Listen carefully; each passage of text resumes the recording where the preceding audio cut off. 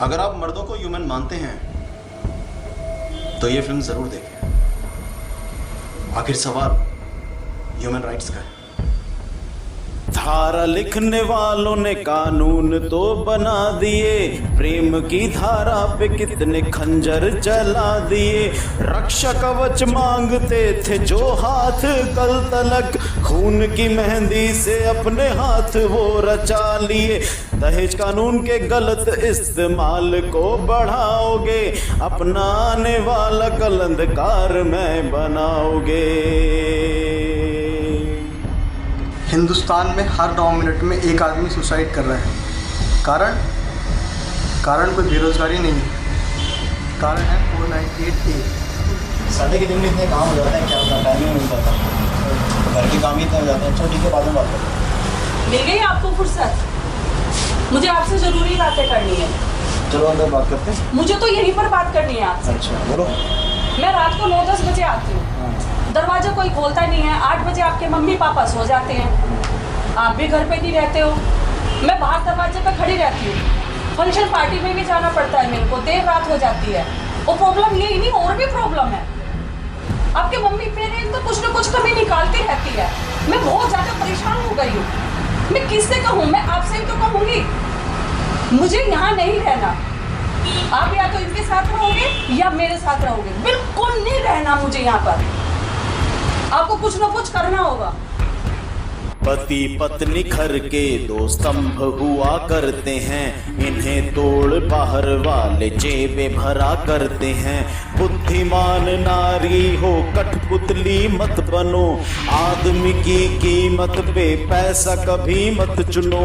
कान भरने वालों की जो बातें सुनते जाओगे, शक्ति रूप नहीं अबला नारी बन जाओगे। कितना यूनिक है ये देश जहाँ महिलाओं के लिए वुमेन सेल्स हैं, बच्चों के लिए, इवन पिछड़े वर्ग के लोगों के लिए सुरक्षा के अधिकार हैं, जानवरों के लिए भी सुरक्षा के मंत्रालय हैं, लेकिन पुरुषों के लिए ना कोई कानून, ना कोई मंत्रालय। कौन कहता है नए युग के गलियारों में औरतों की बोली नहीं लगती बाजारों में।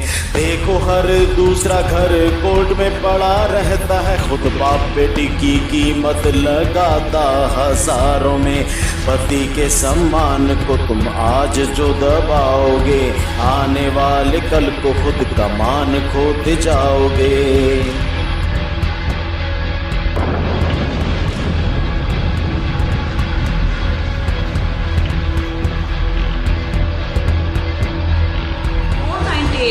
कितना अच्छा कानून है भारत सरकार का।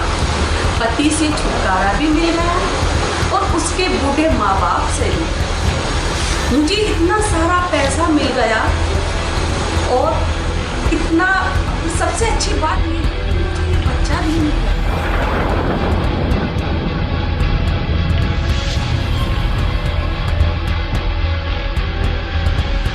मम्मी, आपने जो मेरे लिए जो लड़की शादी के लिए चुनी थी उसकी एक शर्त है, वो मेरे साथ अलग रहना चाहती है और मैं भी उसके साथ अलग रहना चाहता हूँ। मैं उससे सहमत हूँ। तो अब मैंने आपके लिए एक वृद्धा आश्रम देख रखा है, तो इस रविवार मैं आपको वृद्धा आश्रम में भेज दूँगा। मेरे हर दोस्त हर फेस्टिवल अपने मम्मी पापा के साथ मनाते हैं, लेकिन मेरे साथ ही क्यों ऐसा होता है कि हर फेस्टिवल मेरे को या मम्मी के साथ या पापा के साथ मनाना पड़ता है? ऐसा क्यों? जॉब में सबके संग एडजस्ट करना जानती हैं, घर में सास की डांट पे ही चंडी बन जाती हैं। बाहर के समाज में बैलेंस करना जानती हैं, पर बुद्धिहीन अपने घर की नींव ही लाती हैं। इंसान की कीमत को जो अब न समझ पाओगे, बुरे वक्त में इन्हें याद करके पछताओगे। ये दुकान है उन पुलिस वालों की, वकीलों की और उन बिके हुए पत्रकारों की। आज उनका मतलब आपके साथ है तो आपके साथ है, कल आपके खिलाफ अगर उनको जाना पड़ा तो एक बार भी नहीं झुकेंगे। मगर आपके घर वाले आज भी साथ हैं और हमेशा साथ रहेंगे। आपके पड़ोस में जब अत्याचार होता है, और कुछ ना बन सके तो डोरबेल बजाइए। कानून हाथ में ना लो तुम बहुत अच्छी बात है, पर संकट में फंसे हुए की रक्षा करनी चाहिए।